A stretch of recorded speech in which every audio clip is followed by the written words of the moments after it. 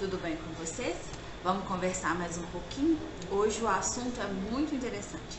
Hoje a gente vai falar sobre o que muitos médicos e muitas pessoas, criaram esse mito, que a tendinopatia é aí a doença, vamos dizer assim, a pior doença, o vilão da ortopedia, né?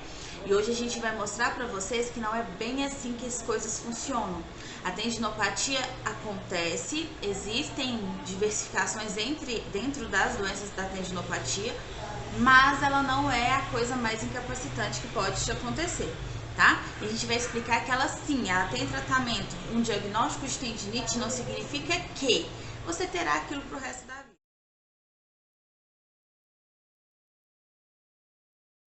Bom, para começar a falar sobre tendinopatia, a coisa mais importante da gente entender é o que são os tendões. A gente tem essa coisa meio complicada assim, arrebentei um tendão, arrebentei um ligamento, arrebentei músculo. O que é cada coisa ali? O que tá ligando o que é a quê? Então vou explicar primeiro o que é o tendão. O tendão é um cordão fibroso. Ele tem que ter a capacidade que a gente chama de elasticidade, precisa ser forte. Então os tendões eles precisam ser fortes e flexíveis. O tendão ele vai ligar o músculo a um osso. Eu vou mostrar a fotinha aqui pra vocês, lá no Instagram eu já postei. Ele sempre vai ligar um músculo a um osso. Aí qual que é a diferença do ligamento, Ana? O ligamento é um tendão fibroso que também precisa ser forte e flexível, que liga osso no osso. Então, o ligamento vai fazer a ligação, conexão osso-osso, e o tendão vai fazer a conexão músculo-osso. O que é o tendão? É aquela porçãozinha final do músculo. Quando a gente compra carne, vamos pegar um exemplo que todo mundo conhece, que tá ali na cozinha. Quando a gente pega carne, por exemplo, que a gente vê aquela parte mais fibrosa no final, esbranquiçada, aquilo ali é o tendão do músculo. Toda carne que você consome é um músculo. Então aquela partezinha branca mais fibrosa é o tendão daquele músculo. Da mesma forma que no nosso corpo acontece. E isso vai fazer a funcionalidade daquela articulação em contração, movimento e tudo mais. Os tendões são extremamente importantes. A tendinopatia, ela tem duas variedades. E isso é o que causa uma certa confusão. Porque às vezes pega uma ressonância, um ultrassom, e a gente tem essa mania de querer entender exame, ou então jogar no Dr. Google, e não é assim que funciona. A tendinopatia, ela se divide em duas partes, e são duas doenças totalmente diferentes uma da outra, tá? Porque o tratamento é diferente, o diagnóstico é diferente.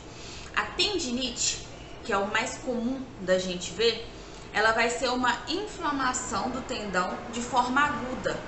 Ela vai geralmente ter todos os sinais flogísticos presentes e vai causar uma dor, sim, absurda durante o tempo inteiro. O que é os sinais flogísticos? Já falei em outros vídeos e vou repetir porque isso é importantíssimo da gente saber. Quais são os sinais de que a gente está com um processo inflamatório em qualquer região do corpo? Dor, rubor, calor, perda de função. O rubor é vermelhidão, tá? Então é dor, calor, rubor, perda de função e edema, tá? Então, esses 5 sinais estando presentes, ou pelo menos 3 deles, significa que nós estamos com processo inflamatório naquela região. Lembrando que inflamatório é diferente de infeccioso, tá? Infeccioso é quando eu tenho coleção de bactérias, pus naquela região. Inflamatório acontece por vários motivos. No caso da tendinite, o que pode levar a uma tendinite? Esforço repetitivo, que é o mais comum da gente ver. Trabalhadores que fazem esse trabalho repetitivo em indústria, alguma coisa, vão estar gerando processos inflamatórios articulares. E o trauma direto sobre tendões que são mais superficiais vai estar gerando uma tendinite. Como assim, Ana Paula? Então quer dizer que o tendão ele pode inflamar do nada? Pode. Tendão patelar, que é aquele tendão do joelho, só para vocês entenderem. Aqui é o joelho, tá? Aqui nessa região tem o tendão patelar, que pega o quadríceps, virar aqui, né, que tá errado. Ó, aqui nessa região tem o tendão patelar, que pega quadríceps e liga aqui embaixo da patela, tá? Esse tendão aqui, quando a gente palpa o joelho, a gente consegue sentir. Então, trauma direto nessa região pode gerar uma tendinite patelar. Da mesma forma que trauma direto em cotovelo, trauma direto em punho, os maléolos, que são aqueles ossinhos do lado do pé, trauma direto ali pode estar gerando uma tendinite traumática. Deve ser tratada de uma forma específica por ser traumático, tá? O tratamento do movimento repetitivo é diferente. E a outra patologia encontrada nas tendinopatias é a tendinose. Que diacho é essa tendinose, Ana Paula, se não é uma tendinite? Ela deixa de ser uma lesão aguda. Os sinais flogísticos, eles somem. E ela vira uma lesão crônica. Lembrando que aguda aconteceu nesse momento, está doendo nesse momento. Crônica, está doendo há mais de um mês, ok? Então a tendinose é uma lesão crônica. Ah, eu posso ter uma tendinose antes de ter uma tendinite? Não. Toda tendinite não tratada ou tratada da forma errada vai evoluir para uma tendinose. E aí eu vou explicar para vocês agora a diferença das duas e o que ocorre, tá? Na tendinose eu tenho microfraturas, lesões, quer dizer, na verdade, daquele tendão ali inflamado. Então inflamou, ficou tão inchado ali que começou a romper fibras. Quando essas fibras começam a se romper, eu tenho uma perda de funcionalidade desse tendão muito grande. E toda vez que eu tentar repetir o gesto que me gera dor, vai piorar. Lembrando que toda tendinite não tratada gera uma tendinose, que é considerada uma lesão degenerativa. Deu a tendinose, a tendência é degenerar aquele tendão e ele vai vir a ruptura. Ruptura de tendão é cirúrgico, tá? Não tem outra forma da gente ir lá e colar aquele tendão que rebentou ali, não. É cirúrgico. Ah, Ana, e tem como eu prevenir então esse negócio? Como que acontece? Quais são os fatores de risco?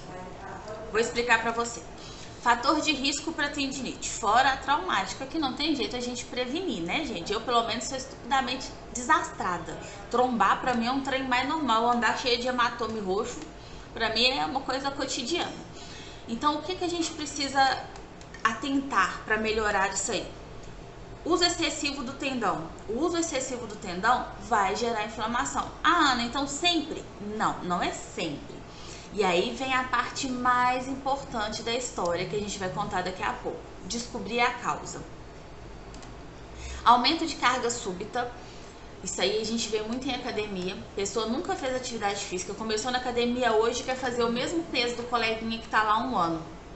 E aí acha que tem uma força submáxima ali, que é o Hulk, faz o exercício para mostrar bonito, vai gerar processo inflamatório, porque eu coloquei uma carga ali em cima. Da mesma forma que tendinite de ombro, isso é muito comum de acontecer. Não estou acostumada a carregar peso, vou lá e carrego sacola pesada, jogo um botijão de gás nas costas e acho que posso carregar. Vai gerar uma tendinite naquele tendão que sofreu o esforço máximo ali. Atividades atléticas de alto impacto, é o que eu sempre falo com vocês, atleta nunca foi saudável, atleta tem várias lesões. Nos atletas de alto impacto, a tendinite é uma coisa recorrente. E o trabalho ali é feito para que não se vire uma tendinose. Acontece às vezes, mas o trabalho é feito repetidamente para que não vire tendinose, para que se mantenha ali naquela fase agudinha mesmo, e a gente vai tratando e volta, a gente trata, para aumentar a longevidade daquele tendão. Em atletas é bem complicado, vocês vão ver que sempre atleta aposenta muito cedo e aposenta com muita dor, tá? E é justamente por causa disso.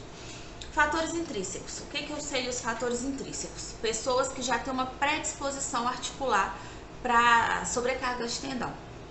Por exemplo, eu tenho hiperextensão de joelho.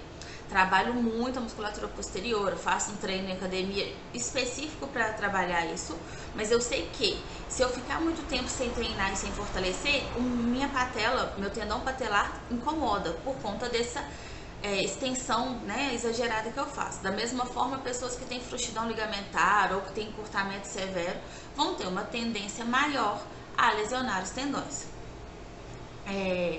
uso inadequado de equipamentos de exercício na academia, ou até mesmo uso inadequado de tênis. Se você nunca fez, você vai começar a correr hoje, nunca fez uma avaliação de pisada, não sabe como é a sua pisada, não sabe se tá tudo certinho, nunca fez uma sessão de quiropraxia para se alinhar na vida, vai sobrecarregar os tendões e vai gerar tendinite. Diabetes. O diabético, ele tem uma tendência maior a gerar processos inflamatórios em todo o corpo, principalmente nos tendões, tá? Medicamento de controle de colesterol, que a gente chama de estatinas, e alguns antibióticos, eles podem também fazer, a gente chama de enfraquecimento do tendão. Então, por que a gente briga muito aí, ó? É melhor você fazer uma atividade aeróbica do que entrar com a medicação para colesterol. Lógico que existem casos e casos, tem casos que não tem como a pessoa fazer uma atividade aeróbica. Mas é tentar fazer tudo da forma mais saudável, porque o medicamento é bom, mas ele pode ter efeitos colaterais e esse efeito colateral dessas medicações é no enfraquecimento do tendão. Outro fator de risco. Idade, não tem jeito, a gente vai ficando mais velho, as articulações desgastam, os tendões enfraquecem e a tendinite vai aparecer com mais frequência. É o tratar precocemente que é o importante. E o estilo de vida sedentário. Não é para falar assim, a pessoa obesa vai ter tendência a ter tendinopatia. Não é isso. Se a pessoa tiver um sobrepeso, mas que ela for saudável, se ela fizer atividade, tem gente que pode fazer atividade física a semana inteira, comer só folha, e não vai emagrecer. É o perfil lipídico daquela pessoa, é o perfil daquele ser humano, tá? E nem todo mundo a gente consegue mudar. Isso não quer dizer que ela vai ter uma tendinopatia porque o corpo dela está acima do peso. Mas se ela tem uma vida desregrada, não tem uma alimentação saudável, não tem prática de atividade física, aí sim, a obesidade dela vai gerar tendinopatias, principalmente em membros inferiores, tá? Que tem que sustentar aquela carga toda do corpo.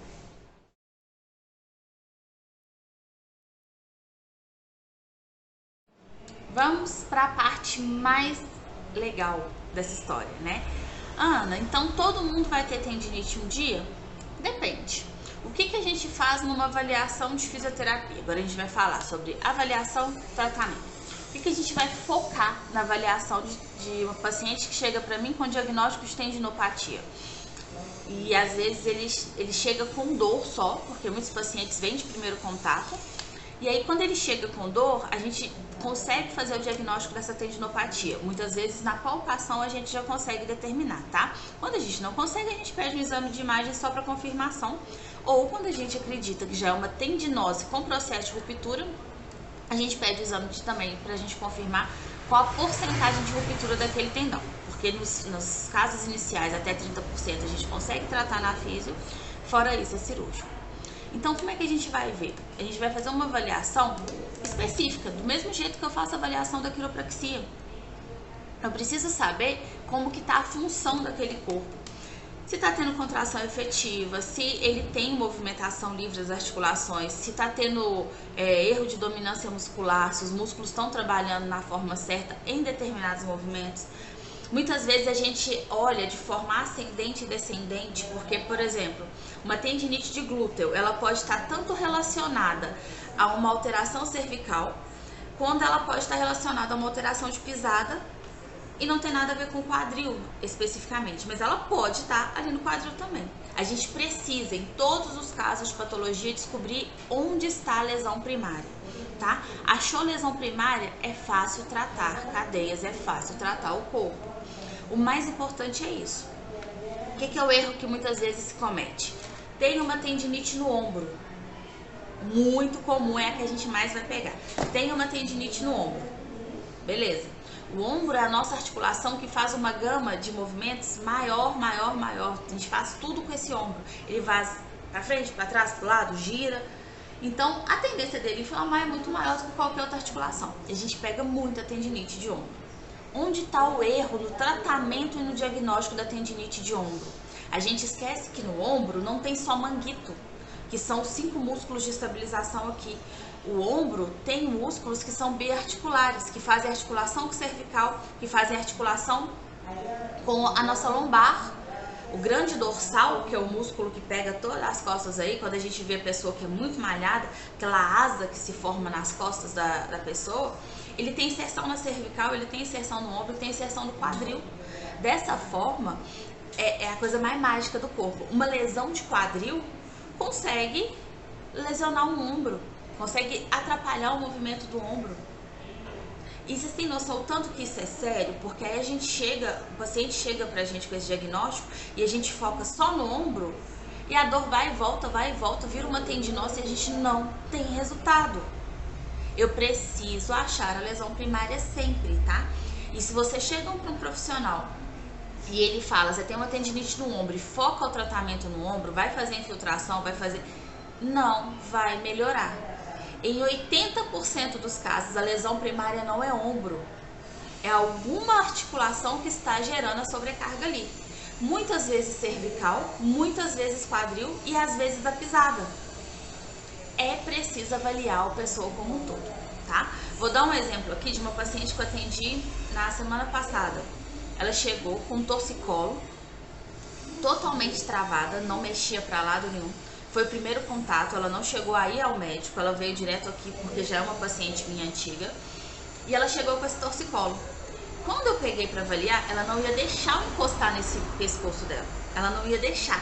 E a dor dela irradiava pro braço. Ela estava com muita dor no braço e aí ela veio com isso pra mim. Ela falou, olha, tenho tendinite há muitos anos, essa tendinite vem e volta, e essa cervical dessa vez tá me matando. Sendo que ela é minha paciente recorrente e a gente faz tratamento com ela aqui no Pilates, tá? Não é paciente de consultório. E ela chegou pra mim com essa queixa. Quando eu fui ver, a cervical estava muito bloqueada, eu não conseguia colocar a mão. O que eu fui avaliar? Quadril. Quando eu fui avaliar o quadril dela, ela estava com bloqueio na região que a gente chama de sacral. Ela estava com bloqueio sacral, estava com alteração de fáscias em toda a cadeia posterior. Não encostei a mão na cervical dessa paciente. Tratei o quadril dela, que não estava doendo. Ela saiu daqui com 0 de dor na cervical e com movimento quase completo. Não é mágica, então o movimento do pescoço ainda não estava completo porque tinha um monte de músculo ali e ela vai voltar essa semana pra gente terminar o tratamento. Mas não mexi no braço, no ombro e na cervical. Eu mexi em quadril e resolveu. Então é isso que a gente precisa tentar, tá? Tratamento. Ana, beleza, você falou que tendinite não é isso tudo, mas eu morro de dor. Então o que eu tenho que fazer para tratar? Primeira coisa, achar o fator primário. Achou o fator primário? Você vai conseguir fazer um tratamento específico e certo, correto para aquela lesão.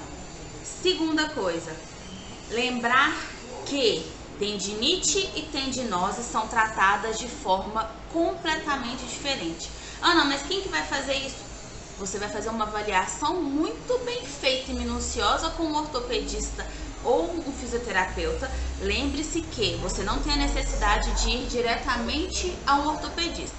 Se você conhece um fisioterapeuta de confiança, ele tem plena capacidade de fazer esse diagnóstico, ok?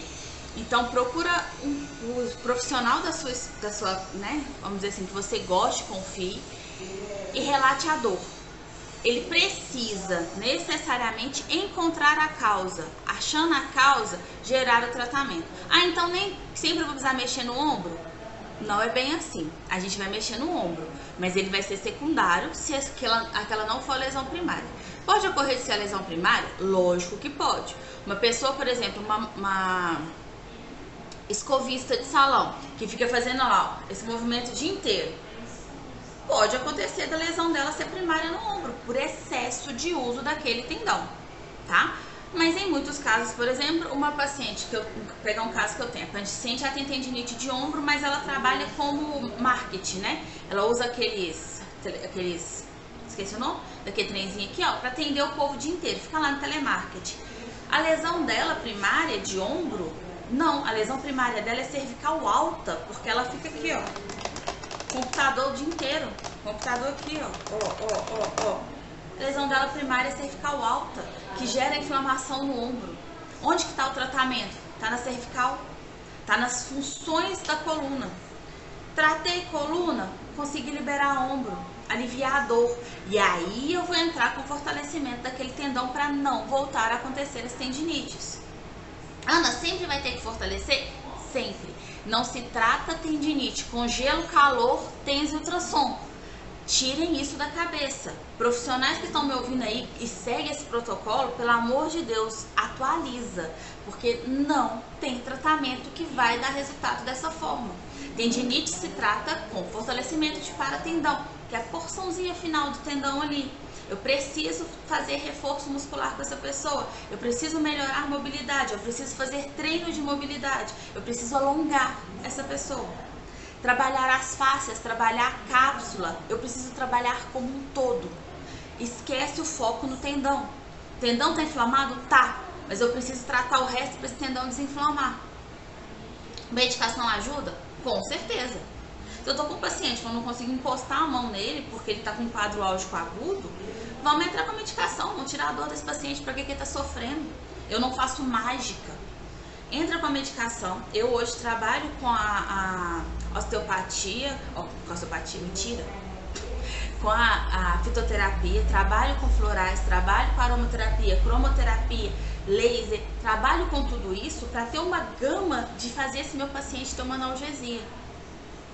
Então eu consigo fazer essa prevenção da dor. E muitas vezes eu encaminho para o médico sim, para ele passar um alopático, para ele passar um remédio que vai ser mais efetivo ali, uma injeção, alguma coisa, para aliviar a dor naquele primeiro momento e eu conseguir tratar meu paciente, ok? O tratamento não é protocolo, como nada na fisioterapia.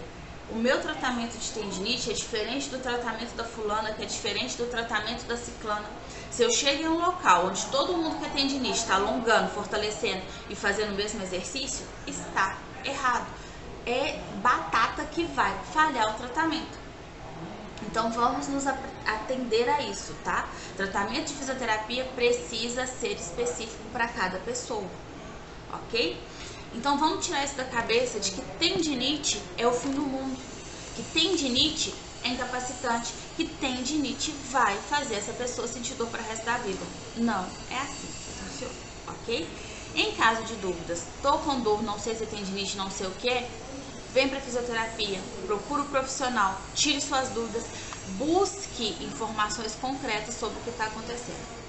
Mas eu já adianto, tem tratamento, se for o caso cirúrgico, o pós-operatório de uma cirurgia de ombro é muito bacana de se trabalhar, tem um resultado muito efetivo. O trabalho de cadeias da cintura escapular é maravilhoso. Mobilidade cintura escapular é uma coisa que a gente tem que trabalhar no dia a dia. Eu trabalho com a mão o dia inteiro, né? Eu preciso usar as minhas mãos, o meu ombro, minha cintura escapular o dia inteiro. Eu preciso fortalecer, porque senão daqui a pouco eu tô com uma tendinite. Não vai ser uma coisa legal, porque como que eu vou atender vocês desse jeito? Então, basicamente é isso. Espero ter esclarecido. Se tiverem dúvidas, pode deixar aqui nos comentários para mim, que eu depois vou vir respondendo. Caso vocês queiram me perguntar alguma coisa no privado, pode estar me chamando lá no meu Instagram ou no Instagram da clínica, que eu respondo também. E no mais, é isso. Espero que vocês tenham entendido e tirem da cabeça esse fato de tendinite é a pior coisa do mundo, nunca mais eu vou ter cura, ok?